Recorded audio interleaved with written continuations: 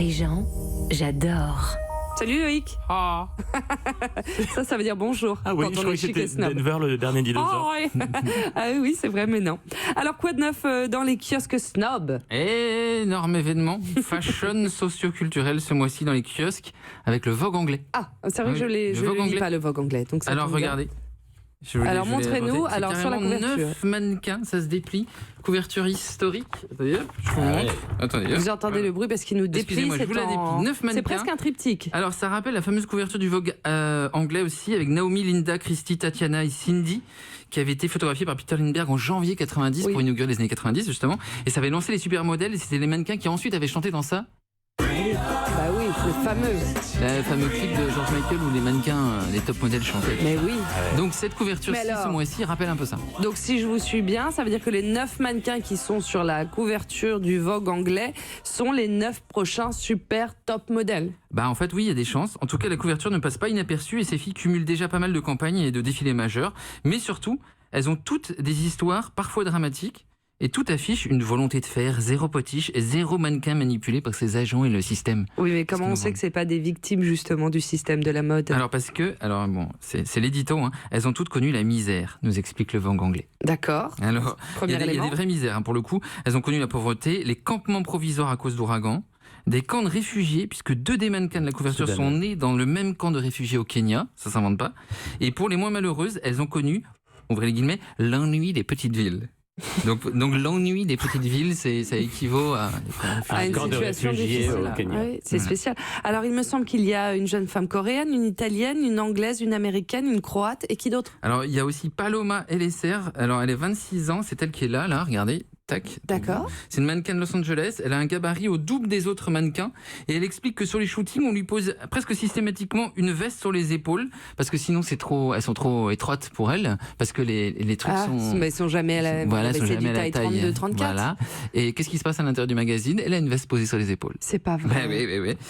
Sinon, il y a Ils sont Alima pas foutus Aden. de sortir une veste de la boutique et de prendre des tailles normales? Je crois que même. Même en boutique, on trouve pas ces tailles-là? Ben, pas dans ce genre de marque-là, peut-être pas. D'accord. Marque de grand luxe. D'accord. Il y a elle, sinon, Alima Aden.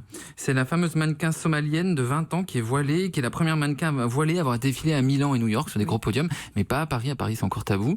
Et donc, c'est la première fois en 102 ans d'existence du Vogue anglais qu'il y a une femme voilée en couverture. Alors, c'est qui votre préféré dans toutes ces mannequins Moi, ma top préférée, modèles, faut vous le qui déplier pour connaissez la très voir, très bien c'est- ce milieu-là? C'est elle.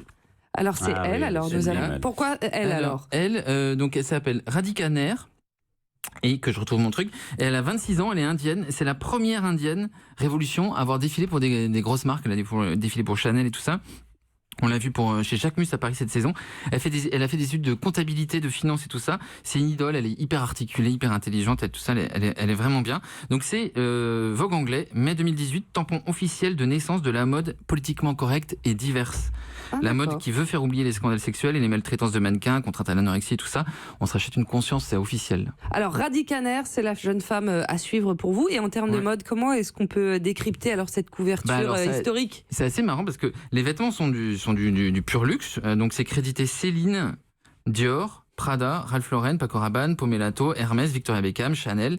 Mais le hijab, le voile, lui, il n'est pas crédité. Alors sa silhouette, elle est Céline. Donc on peut penser que c'est un foulard Céline, mais D'accord. ils n'ont pas crédité. Donc peut-être que ça aussi c'est encore tabou, je sais pas. Elles sont toutes en kaki et en beige. Et alors? Bah, elles sont pas en rose et en fleur. Non. En gros, elles sont équipées pour un monde qui va pas être facile, quoi. D'accord. Peut-être ça qu'il C'est faut. peut-être voir. ça Elles qu'il sont faut, déjà qu'il presque faut apercevoir dans cette couverture. En camouflage, ouais. Vous lisez le Vogue, Amanda Stairs? Non. Jamais? Vous avez quel rapport si je vais chez à... le dentiste. C'est vrai? Vous Euh, avez quel rapport à ce milieu de la mode?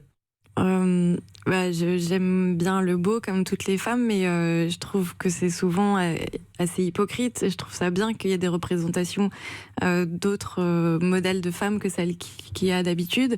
Mais la plupart du temps, c'est un peu de poudre aux yeux pour ensuite 10 couvertures avec une blanche blonde aux yeux bleus. Et la plupart du temps, on retrouve pas ni de mixité sociale, ni surtout de femmes un peu plus rondes que les autres. Et je pense que pour les adolescentes aujourd'hui, c'est super dur de pouvoir s'identifier ou trouver des modèles qui leur ressemblent.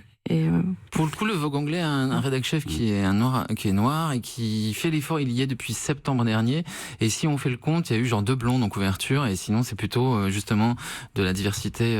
C'est pour ça qu'elle est intéressante, cette couverture et les du séries de Vogue mode à anglais. l'intérieur sont aussi très diverses. je vais lire le Vogue anglais alors maintenant. Ouais, Voilà. ça Ah oui, change. parce que là, il y a 300 pages et il n'y a que 280 pages de pub. Merci Un effort beaucoup, a été Loïc Prigent. Europe 1.